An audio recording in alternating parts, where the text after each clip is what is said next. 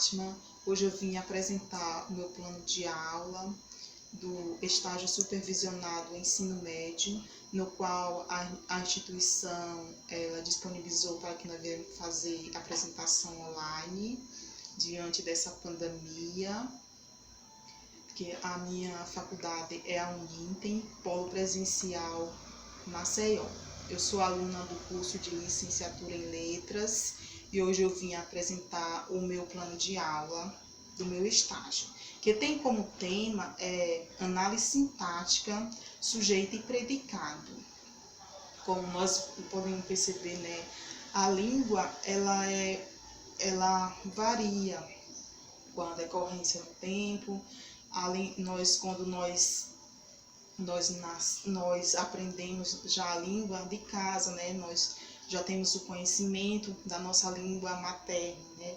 Quando nós temos ensinamento dos nossos pais, que vem todo o conhecimento já de dentro da nossa casa. E a escola, ela só fortalece esse conhecimento da língua. A sintática, ela faz todo esse estudo da língua, ela tem um conjunto das regras que possibilita a coerência, né, diversas possibilidades para que venha ter coerências dentro das frases, para que o termo venha a ser colocado de acordo, para que venha a haver uma lógica do discurso, né? Como nós podemos ver, a língua, não é somente um léxico de palavras, mas ela tem esse conjunto de regras que nós temos que ter todo esse conhecimento para que nós viemos fazer um discurso coerente. Então, a sintática, ela tem essa função de fazer o estudo, o que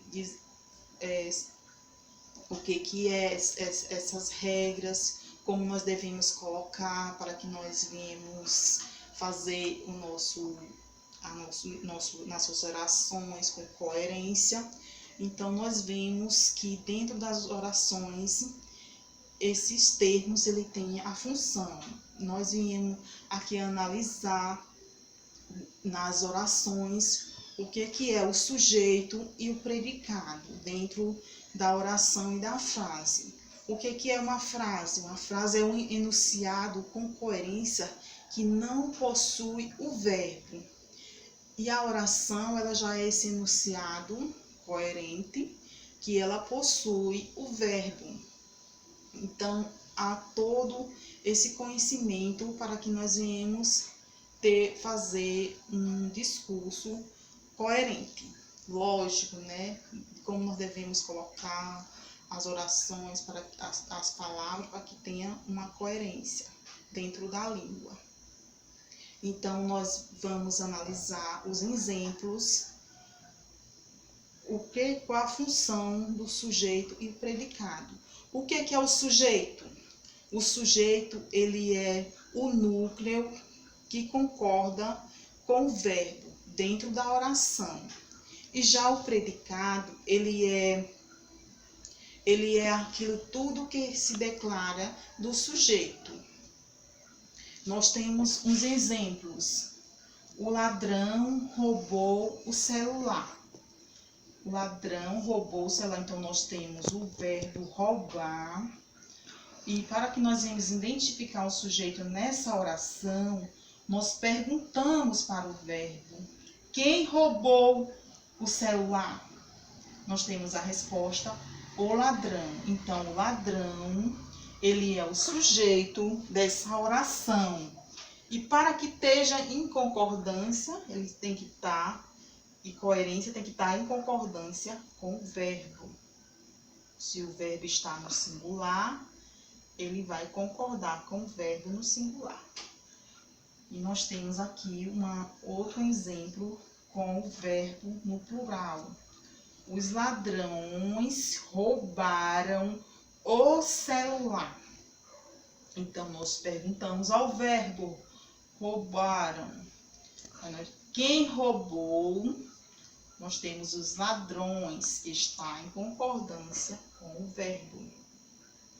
João gosta de ir ao parque. Para que nós venhamos identificar o sujeito dessa oração, nós perguntamos ao verbo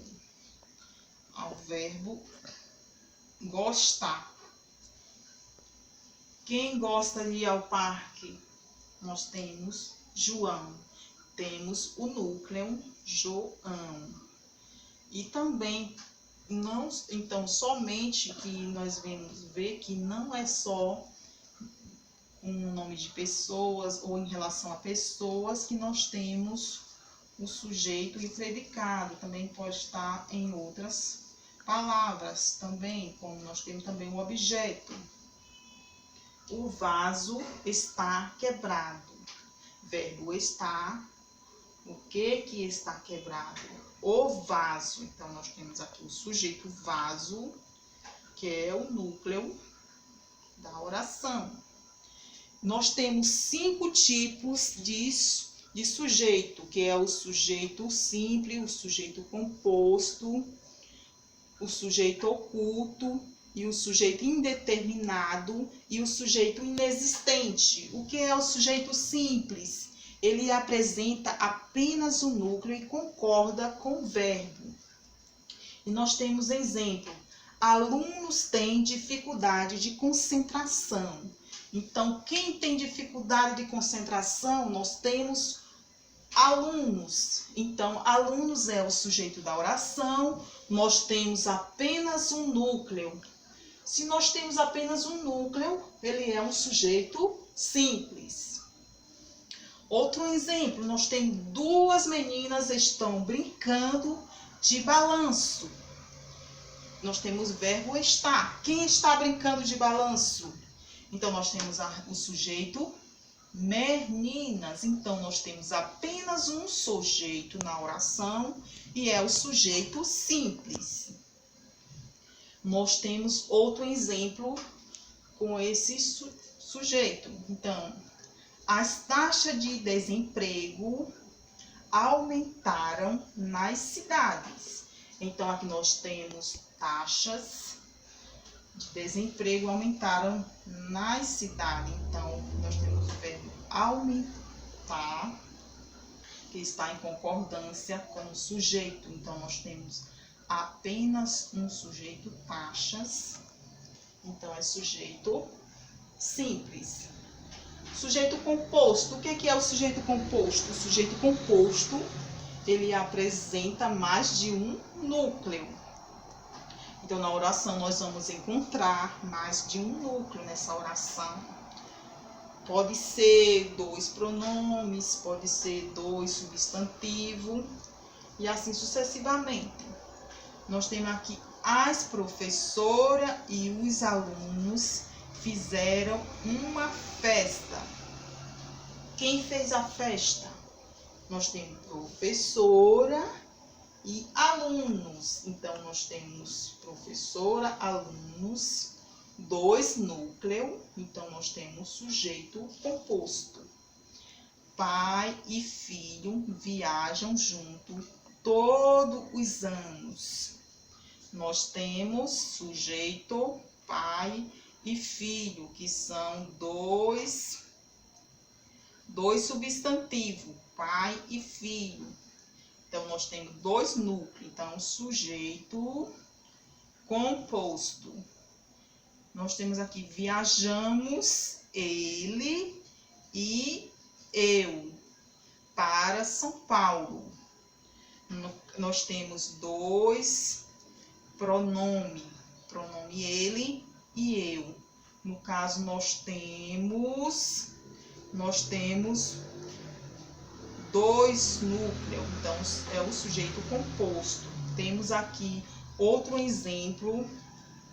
Estão sujos os copos, os pratos e os talheres. O que estão sujos? O que estão sujos? Os copos, os pratos e os talheres. Então, nós temos 3 núcleos. Então, nós temos sujeito composto. Sujeito oculto. O que é o sujeito oculto? Se ele está oculto, ele não aparece na oração, mas é possível identificá-lo por meio da terminação verbal. Então, vejamos um exemplo. Estamos satisfeitos com o resultado. Então, nós estamos dizendo estamos. O que estamos? Nós podemos identificar que nós fiz um bolo de chocolate. Pela terminação do verbo fazer, fiz um bolo de chocolate, nós identificamos que o sujeito é eu. Dormiu até tarde. Então, dormiu pela terminação do verbo, nós identificamos o sujeito, que é ele. Sujeito indeterminado.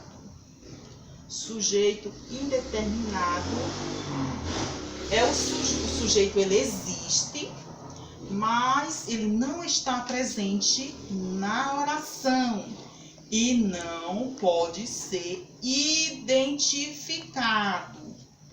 O verbo, ele sempre vai estar na terceira pessoa do plural, eles, ou na terceira pessoa do singular, acompanhado do pronome se. Temos exemplo: roubaram o meu celular.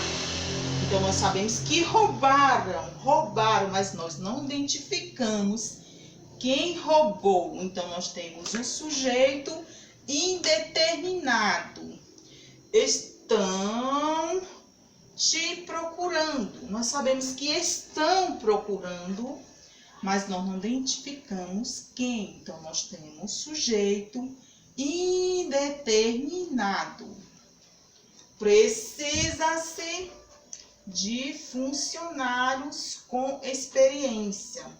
Então, esse verbo ele vem acompanhado do pronome se, e nós não identificamos o sujeito. Então, é um sujeito indeterminado. Sujeito inexistente. O que é o sujeito inexistente? O predicado ele não se refere a nenhum ser e apresenta o verbo impessoal. Nós temos o verbo haver, com sentido de existir e acontecer. Temos o verbo que indica fenômeno da natureza. Então, temos também aqui, como sujeito inexistente, os verbos que indicam o fenômeno da natureza. Temos também esses verbos também no verbo fazer e haver, indicando tempo passado. Também é um sujeito inexistente. Ver e ser e estar, indicando tempo ou clima. Verbo ser indicando hora, dias e distância.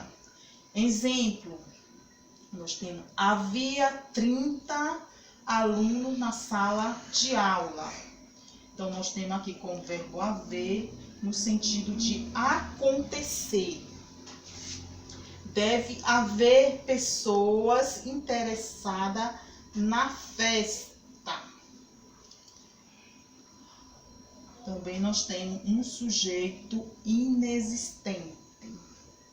Aqui, houve 2 acidentes na estrada. Então, aconteceu 2 acidentes na estrada com o verbo. Nós temos aqui, está com o verbo haver. Então, indica o sujeito inexistente. Nós temos o verbo que indica fenômeno da natureza. Nós temos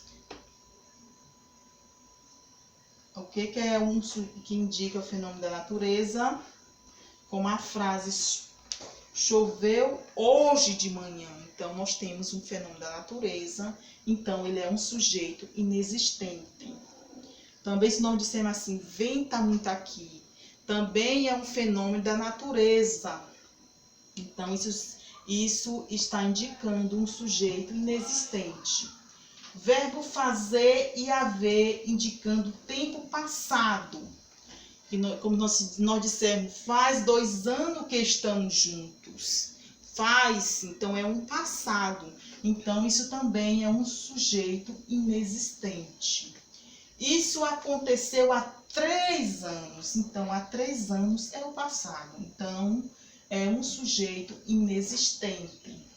Verbo ser e estar, indicando clima. Também indicando, nós vimos que indicando o fenômeno da natureza e também indicando clima, né? Então, aqui era outono, está indicando o clima. Então, é um sujeito inexistente. Nós temos aqui, está frio hoje. Está frio também é um sujeito inexistente que está indicando o clima. O verbo ser indicando horas, dias e distância. Então, se nós dissermos são 2 horas, nós estamos utilizando o verbo ser como indicando horas, né? E também nós temos o exemplo de distância. Se eu digo a distância das 2 escolas são 2 quilômetros, então eu estou me referindo à distância. Então, o verbo, nós temos um sujeito inexistente na oração.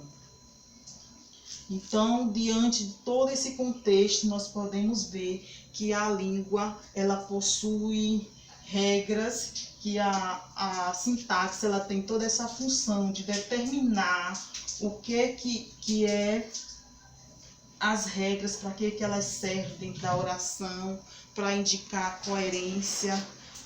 Porque a nossa língua, ela está sempre mudando, né? Então, para que venha ter coerência, a sintática, ela faz todos os estudos para que venha ocorrer um discurso lógico, com o sentido de dar uma coerência dentro da frase e da oração.